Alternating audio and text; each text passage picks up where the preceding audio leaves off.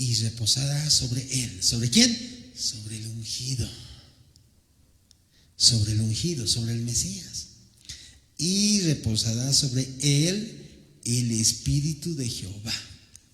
Ahora, aquí me sorprende este él.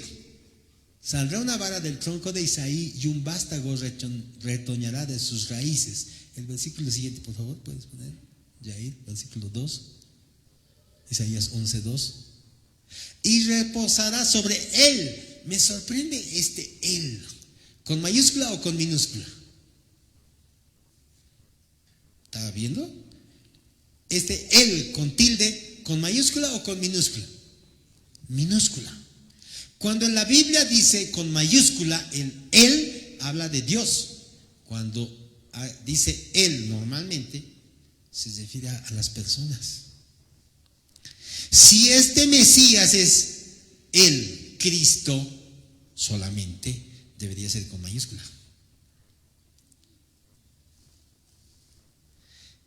Pero ¿por qué está con minúscula?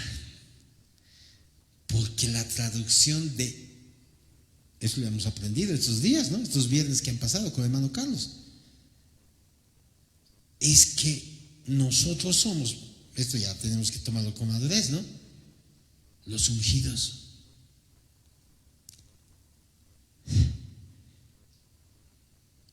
Cristo significa ungido. Desde luego Jesucristo el ungido. Pero después Jesucristo dijo, les conviene que me vaya, si no me voy, no vendrá el Espíritu Santo sobre ustedes. En pocas palabras, ustedes van a ser los ungidos. No se vayan de Jerusalén hasta que sean investidos de poder, hasta que sean ungidos. Por eso él está hablando de la persona. Esto se aplica entonces no solo a Jesucristo, a Jesús el ungido, Jesucristo, Jesús Cristo, no, sino al Cristo, en este caso, en esta tierra. Ahora el Cristo somos aquellos que tenemos la unción del Espíritu Santo sobre nuestra vida. Vuelvo a decir, hay que tener madurez para entender eso, porque algunos con eso dicen, es falsa doctrina, que se creen, ¿de dónde han sacado? De aquí, de la Biblia, pero en el verdadero contexto. No como, wow, que te crees la gran cosa, o te crees como dice la palabra inclusive del anticristo, ¿no? En los últimos tiempos muchos vendrán y dirán, yo soy el Cristo. Wow. Quiere decir que va a haber una época en los últimos tiempos en que la gente también se va a hacer al ungido, pero va a estar pues con un corazón torcido. Yo soy el ungido. Estos otros hermanos se hacen los ungidos, pero yo también soy el ungido. Y a muchos se engañarán, ¿dice o no? A muchos se engañarán. O sea que sí que hay copias también, pero con un corazón torcido. No es exactamente como los verdaderos ungidos, pero son una manipulación de eso, que hasta los más fieles pueden ser torcidos por eso. Y si vamos como saltándonos de tema, dice, muchos anticristos han habido, dice, ¿no? En el Nuevo Testamento, que es de mucha gente de estos falsos ungidos, falsos hijos de Dios. Reposará sobre él. No sería pecado si tú dices, reposará sobre mí, porque ahí dice él, con minúscula, está hablando de una persona. Reposará sobre él el Espíritu de Jehová, espíritu de sabiduría y de inteligencia, y espíritu de consejo y de poder, espíritu de conocimiento y de temor de Jehová. Es la unción de Dios. Es el fluir de Dios a través de tu vida cuando eres ungido por Dios. Muchos a veces dicen, ¿qué es el Espíritu de Dios? ¿Cómo entiendes qué es la unción? Esta es la unción, la manifestación del Espíritu de Dios en tu vida. Esa es la unción. Este último dijo el hermano Carlos, ¿qué es la unción? Hasta los grandes predicadores les cuesta definir, dijo, ¿no? Hay muchos que les cuesta definir qué es la unción. Para decir eso es que has tenido que leer a muchos autores para decir, les cuesta definir la unción. Por eso les digo, este siervo de Dios lee. ¿Le han visto atrás con su respaldo de libros? Es porque antes que haya internet, pues la forma textual, la forma escrita, la forma impresa era la que transmitían los predicadores, ¿no? Ahora ya hay digital, puedes escuchar digitalmente o ver también, pero estos en la espalda no son libros de, ¿de qué? Poemas, no, son literatura cristiana, y no cualquier literatura cristiana, de gente que funciona en esto, de gente de esta corriente, se nutre de aquello en lo que trabaja en el Señor. Es muy conocedor de la palabra. Y hay pues autores, ¿no? Por ejemplo, los hermanos Hunter, los que escribieron Cómo sanar a los enfermos, no solo tienen un libro. Su bestseller es Cómo sanar a los enfermos, pero tienen varios libros. Y él tiene ahí sus libros. Yo de pronto he encontrado el bestseller, ¿no? Cómo sanar a los enfermos, pero él tiene los otros libros que no son los bestsellers, pero que son del mismo autor. Entonces se están nutriendo. Esas personas ya ni existen en este planeta, pero dejaron una obra. Y como ese ejemplo, ¿cuántos más hay? Un montón, ¿no? Entonces miren, el Espíritu de Dios está sobre nosotros en esa forma. Muchos piensan que la unción solamente es para el momento de ungir, y es, pero no solamente para ese momento. Muchos solamente piensan que la unción es que sientes algo especial, un calor, y es el mover de Dios, se siente, pero no solo es eso, también dice que viene como con sabiduría. La palabra de Dios es sabiduría, y Dios te da palabra de sabiduría. ¿Entiendes ahora? Ya no es un montón de letras por aquí impresas, no, ahora sabiduría de Dios viene, Dios mismo te enseña y ahora obras. La gente se sorprende, ¿de dónde se aprende todo esto? Sabiduría de Dios. Inteligencia, definida esa palabra, ¿no? Ahí no podemos entrar a definirlo, definido. Inteligencia viene por el Espíritu de Dios. No solo había sido la unción de temblar, la unción de sentir un calorcito, no, eso es bueno, pero no solo es eso. Cuando estás hablando de inteligencia, es la unción de Dios. En tu trabajo, ¿de dónde te salió? Es la unción de Dios. Cuando el estudiante sabe qué van a preguntar, ¿cómo es eso? Cuando el estudiante sabe qué va a preguntar el docente, eso es unción de Dios. Por si acaso no es brujería, tampoco le estoy diciendo haga algo medio esotérico, no. Simplemente, querido estudiante, agarras y dice, yo creo que va a entrar esta pregunta, porque el Espíritu Santo te da convicción. En esta lección es tan resaltante esto, como esto, como esto. Por ahí va a ir una pregunta y te la resaltas, y esa es la pregunta. El Espíritu Santo te puso inteligencia, sabiduría. Dice, yo creo que va a preguntar esto. Esto. Y si es un tema de ejercicios, dice, mínimo que va a entrar uno de estos. Dice, ¿eso quién te ha puesto? El Espíritu Santo. Entonces practico. Haré mi práctica, porque mínimo que este docente va a pedir este ejercicio o algo parecido, un poco más complicado, pero yo voy a saber por dónde va. Eso es la unción de Dios, es sabiduría. No solo es, vuelvo a decir, para temblar, que es lindo, a mí me gusta temblar. No solo para recibir un fuego de Dios, a mí me gusta recibir el fuego de Dios. De verdad, cuando yo estoy orando, siento como un hormigueo aquí en la cabeza. Qué lindo, digo. ¿A quién le voy a explicar eso? Siento la unción de Dios. Alguna vez digo, ¿no? Siento como así, como que alguien te toca así. Y para mí es lo más sabroso, más lindo. Pero ¿de qué le sirve al que está al frente mío, al que está a mi lado, de que me está pasando algo tan lindo? Pero sí le va a servir cuando de mi boca salga una palabra no necia, sino una palabra de sabiduría. Alguien te pide un consejo y puedes decir algo con sabiduría. Y bueno, y todo esto, ¿no?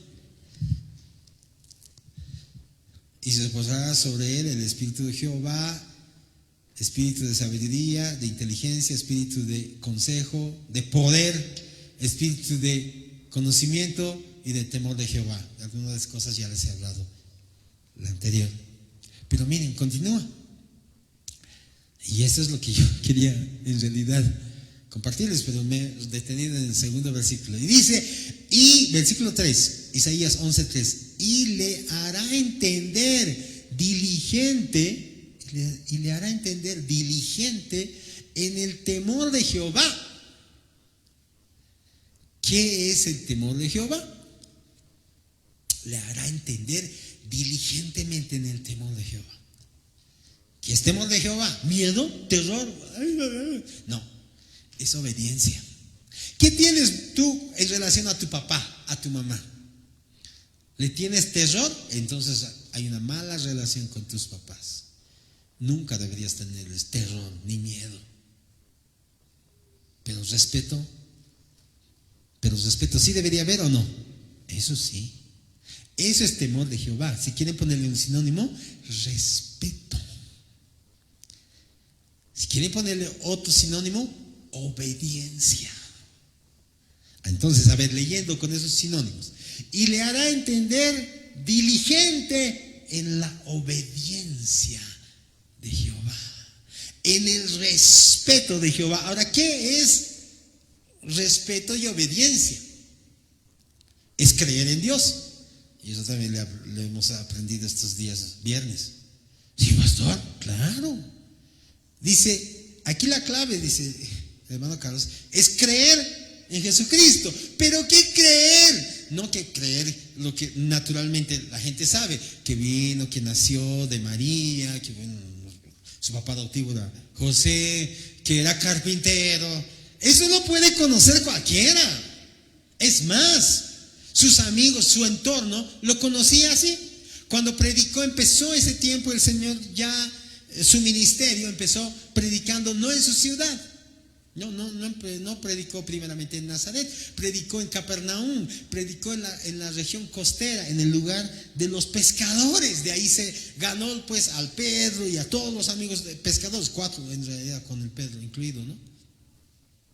Y no solo pescadores, de esa misma región salieron los otros discípulos también, que no solo eran pescadores, vuelvo a decir, pero eran de esa misma región, de ahí empezó.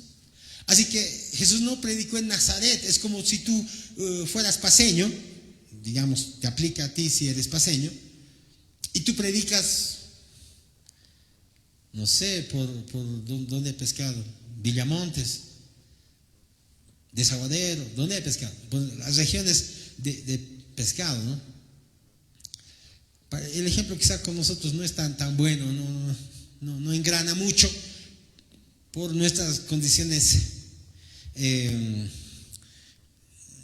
nuestra geografía, nuestra mediterraneidad y todo, ¿no? Pero si fueras chileno, ahí entenderías bien. Tú radicarías por el norte, pero, o nacerías o sería tu ciudad por el norte, pero empiezas a predicar por Iquique, por esos lugares costeros donde hay movimiento económico, donde están vendiendo pescado, tienen frigoríficos en esta época, tienen convenios, exportan, ahí mismo procesan, lo enlatan, hay movimiento ahí predicas, ahí empiezas, pero tu ciudad no es esa. Así le pasaba al Señor Jesús. No empezó en Nazaret, empezó en Capernaum, en el área pesquera, donde había producción, donde se ganó sus primeros discípulos de gente emprendedora. Uno tenía ahí que trabajaba de una forma más formal, digamos, era Mateo, cobrador de impuestos, también se lo jaló para el reino de Dios. Pero los demás eran ahí, no todos los demás, pero muchos de ellos eran ahí generadores de sus propios recursos. Estaba ahí el Pedro. Imagínense, en medio de eso, y un día vuelve a su ciudad, a Nazaret, ¿y qué le dice? A ver los milagros que ha hecho allá con los pescadores y tantas cosas, dicen, acometió, creo, ¿cómo es esto del agua en vino? Dicen muchas cosas. A ver, alguito que haga aquí. Dice que hizo pocos milagros. Por esa incredulidad, porque ellos le veían como a Jesús, el hijo de doña María y de don José, y que tenía la carpintería una de las carpinterías más importantes en Nazaret. Lo veían como eso. Es más, dijeron: ¿quién es este? ¿Acaso no es de nosotros, de los nazarenos? ¿No están sus hermanos con nosotros y sus hermanas aquí en medio de esta sociedad? ¿No es su hermano Judas? No el Judas Iscariote, no, su hermano tenía Judas. ¿No es su hermano José? Qué impresionante. ¿No es su hermano Santiago? 3 nombres mencionan ahí. ¿No es el mismo Jesús? Sí, pues ese es, ¿no? Pues, ¿nuestros amigos son sus hermanos o no? El Judas, el José y el Santiago. No, José su papá, ¿no? Tenía un hermano, Jesús, que también se llamaba como su papá adoptivo. No son esos. Y sus hermanas no están con nosotros. O sea, no menciona nombres de sus hermanas, pero dice hermanas, por lo menos tiene que ser 2, ¿no? Porque estaba hablando en plural. Supongo que 3 también. Pero eran hermanas. No están entre nosotros. ¿Quién se cree este? ¿No es el carpintero? Y lo ven así. Y el ser humano ve esas cosas. Cuando Jesús dice: tiene que creerme, el que cree en mí, dice la palabra, ¿no? El que cree en mí, de su interior fluirán ríos de agua viva. El que cree en mí, aunque esté muerto, vivirá. El que cree en mí, estas señales seguirán a los que creen. Entonces, ¿qué significa creer? De la enseñanza de estos 2 viernes. ¿Qué significa creer? Dice, no es creer en la parte humana, eso cualquiera lo entiende. Es creer en lo que Él ha enseñado. ¿Cuántos dicen gloria a Dios? Un aplauso fuerte a Jesús. ¿Y qué ha enseñado? Que lo que hemos leído hace ratito no solo es para el Mesías hablado en singular, sino para aquellos que son ungidos, porque estaba con Él con minúscula. No estaba hablando de solo Dios, estaba hablando de los que son ungidos. Entonces, esa enseñanza, creer que eso viene sobre los ungidos, es demasiada dosis. Que esa unción viene sobre tu vida. Eso tienes que creer. Eso no es solamente para el Señor Jesús. Cuando Él estuvo en la tierra, claro que sí. La plenitud del Padre estaba en Él.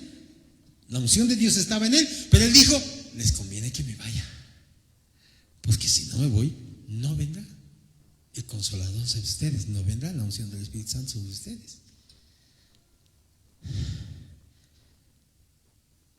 No es mucha pretensión que lo que estaba, que Dios mismo en Jesús ahora está en mi vida. Pero eso dice el Señor. Entonces, cuando tú no crees, porque dice: el que cree, las mismas obras que yo he hecho, él las hará. El que cree, cuando Él dice el que cree, no está diciendo que, vuelvo a decir, de las enseñanzas de estos 2 viernes, recupero de que no está diciendo el que cree en Jesús, el que es hijo de María, que el carpintero. No, el que cree en su enseñanza, porque eso ya sabemos y está respaldado. Hay gente que cree mucho más eso todavía, con todas las pruebas del mundo. Pero no solo eso, sino creer en su enseñanza, creer en lo que Él ha dicho es verdad. No se vayan. Jesús dijo: no se vayan, dejen salir hasta que sean revestidos de poder. ¿Quién dijo eso? Jesús. No se muevan siquiera de aquí sin antes ser revestidos de poder. Y le hará entender diligente en el temor de Jehová. Dios nos hará entender diligente. O sea, ¿qué es diligencia? Que recibes algo y lo haces, lo ejecutas. Lo contrario es ser negligente, ¿no? Eso ya sabemos, especialmente los varones que hemos ido a pasar un tiempo de instrucción. Dan una instrucción y el diligente lo hace. El negligente se toma su tiempo. No sé. Dice: por ahí sí, por ahí no. Ese es negligente, ¿no? Y el negligente, en esa vida que les menciono, recibe sanción. No hay un negligente que reciba premio. El negligente recibe tunda. Pero el diligente va a ser honrado, pues sí o no, siempre. No juzgará según la vista. ¿De quién está hablando? Ahora de los ungidos. No juzgará según la vista, de sus ojos, ni arguirá por lo que oigan sus oídos. Cuando te quieres meter a hacer lo que el resto del mundo hace, que es solamente criticar, juzgar, no sé qué, no estás en el plano de Dios. Pero cuando estás actuando como alguien no solo tocado, sino ungido por Dios. Ungido significa untado. O sea, otros que sea un toque pequeñito, poquito me tocó. No, la palabra aquí es ungido, embadurnado. Cuando eres ungido, no juzgarás según la vista. No estás buscando el defecto, la sopa, el pelo en la sopa, la mosca en la sopa. No, porque el que busque eso lo va a encontrar. Lo va a encontrar, lo va a encontrar. A los que les gusta buscar los defectos, los van a encontrar. Pero ese no es el ungido. No es la ungida. Dice, no juzgará según la vista de sus ojos, ni arguirá por lo que oigan sus oídos. Quiero escuchar, ¿qué más es? Contame, por favor, contame. Cuando lo sepa, ahora sí. Nada me tiene que decir a mí, ya sé. Esa no es la actitud. Sino que juzgará con justicia. ¡Qué lindo! Justicia significa no siempre ser bonito. Muchas gracias. Justicia es ser correcto. Eso es justicia. A veces, quiero que sean justos conmigo. Wow, estás pidiendo grave. Porque justicia no siempre es que te van a caer bien. A veces te van a decir, esto es lo que tienes que hacer.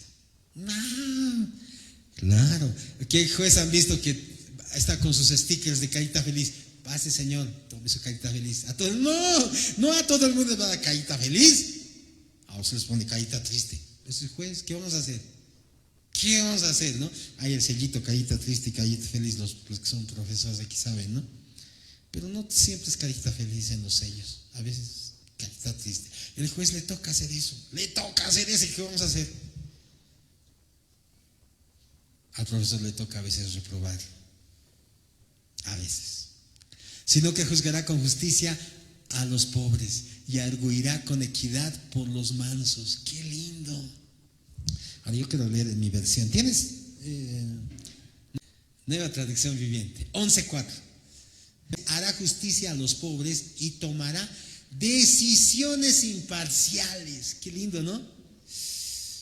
El ungido también, ¿qué hace? Dice, no está ahí como en la otra versión, diciendo, escuchando, a ver, esito me voy a agarrar para fundirlo, o esito ¿cómo es? La paja en el ojo, sin ver la viga que tiene. Esito también. No es eso, sino dice, hará justicia a los pobres y tomará decisiones imparciales con los que son explotados. Eso es justicia, decisión imparcial, no siempre carita feliz o carita triste, decisión imparcial. Imparciales con los que son explotados. La tierra temblará con la fuerza de su palabra y bastará un soplo de su boca para destruir a los malvados. ¿De quién está hablando? De los que tienen la unción de Dios. Está hablando de poder y autoridad, ¿no? Pero para hacer lo bueno.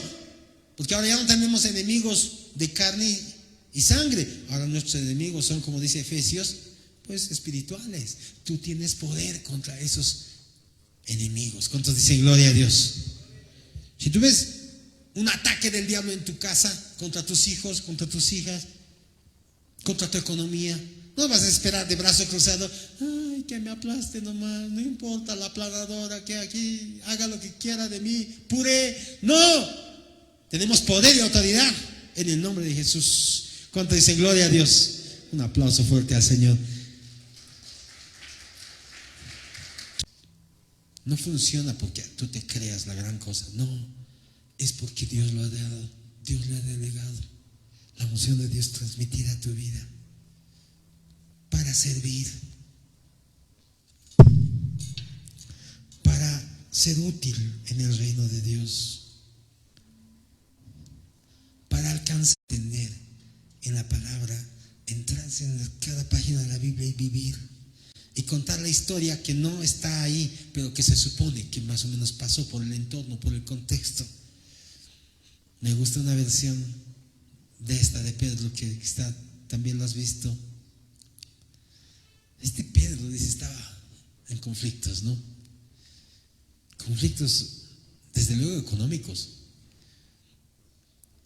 Graves conflictos, porque dice, ¿qué hago?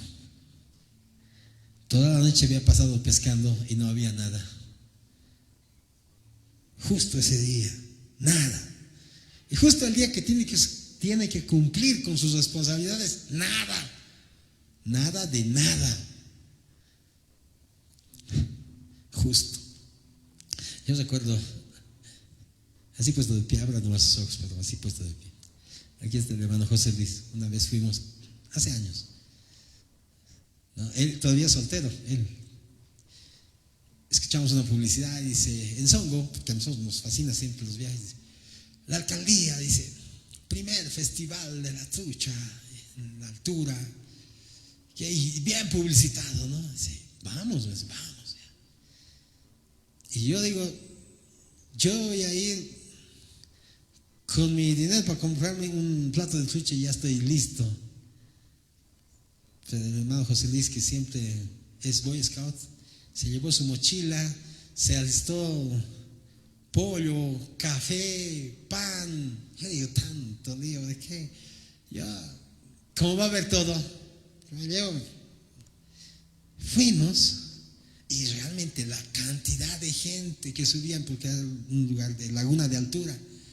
Wow, equipos de sonido subiendo. De hecho, esto va a ser fuerte, ¿no? Porque por ahí ya no llegaba autos y que hasta a pulso llegaron y todo, pero mucha gente le la pasa viendo, ¿no? Llegamos y como nosotros conocemos más o menos el lugar, digo, ¿dónde? El lago es más allá. Vamos, digo, vamos a ver cómo están sacando. Y vamos, y era un momento triste. Los pescadores estaban mirando así. ¿Cómo se ha pasado esto? ¿Qué ha pasado? ¿Tú has traído la red? Sí, yo he traído, pero es que se habían ido a prestar redes de los criadores del lago Titicaca. No habían calculado que el tamaño que había allá en estos lagos de altura eran menor a los del lago Titicaca. Les habían entregado unas redes para los reproductores, o sea, para esos animalotes así, de gruesos, ¿no? Así que hay unos grandotes. Como para eso la red, pero los que allí estaban eran de este tamañito, que iban a ser tamaño de un plato. Entonces sacaron y nosotros vimos sus caras, que eran unos pocos peces, unos cuantos, creo, los más chiquitos, porque, los más grandes, digamos, no todos los demás se fueron. Y todos estaban con una cara de tristeza. Ahora me doy cuenta, ya me imagino cómo estaba el Pedro. El Pedro no tenía ni esos pocos, sí, vacío, ¿no? Toda la noche hemos pescado y no hay nada. Y justo hoy día tengo que pagar. Justo hoy día me están esperando y justo hoy día no hay. Y el Señor predica y dice, bueno, ahora sí, te devuelvo tu barca, pero ahora anda a echar la red. Señor, toda la noche, pele, más en tu nombre, más en tu palabra, dijo, ¿no? Más en tu palabra la voy a hacer. Y lanzó, y dice que las redes se rompían por la cantidad de peces. ¿Cuánto dicen gloria a Dios? Y gritaron ayuda, y ya estaban el Juan y el Jacobo, ¿no? Más. ¿Les alcanzó o no les alcanzó? Eso es Dios. La unción de Dios, ¿para qué sirve? Vuelvo a decir, para hacer de una cabeza más grande o para servir al prójimo. Jesús le dijo al Pedrito, ahora sí, anda, echa tu red. La unción de Dios sirve para eso, para ayudar al prójimo. Todo lo que hemos leído allá no es para que alguien se ensoberbezca y diga, oh, yo soy el ungido, entonces la ungida dice que hace esto, lo otro. No. La unción de Dios es para servir al prójimo. Hay una unción aquí cayendo sobre mí, mudándome, cambiando mi ser, mi espíritu y mi alma se está llenando con el poder de tu Espíritu Santo.